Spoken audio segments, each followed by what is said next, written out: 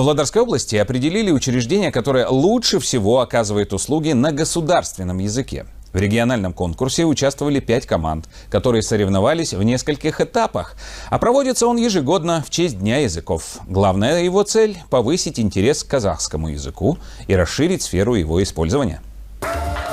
Конкурс на лучшее обслуживание на государственном языке стал доброй традицией. Ежегодно участники подходят к нему с большой ответственностью. Они демонстрируют навыки выхода из различных ситуаций. В этом году в соревновании приняли участие 5 команд, состоящих из представителей сферы обслуживания.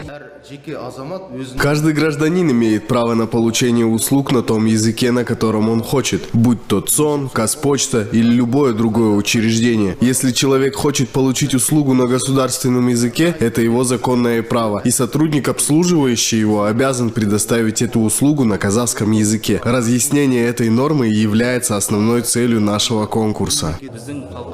В нашем ЦОНе все сотрудники свободно владеют государственным языком. Мы можем без затруднений общаться с местным населением, иностранными гражданами и представителей других национальностей на казахском. Также мы владеем и другими языками. По запросу клиентов большинство обращений начинается с приветствия на государственном языке. Затем они получают необходимые государственные услуги. В корпорации правительства для граждан обслуживание осуществляется в соответствии с выбором клиента. Участники конкурса соревновались в 5 этапах, где демонстрировали находчивость, актерское мастерство, умение свободно переводить профессиональные термины на государственный язык, а также творческие способности. Например, команда «Сункар» представила миниатюру на тему обслуживания в гостинице, переведя специализированные термины на казахский язык.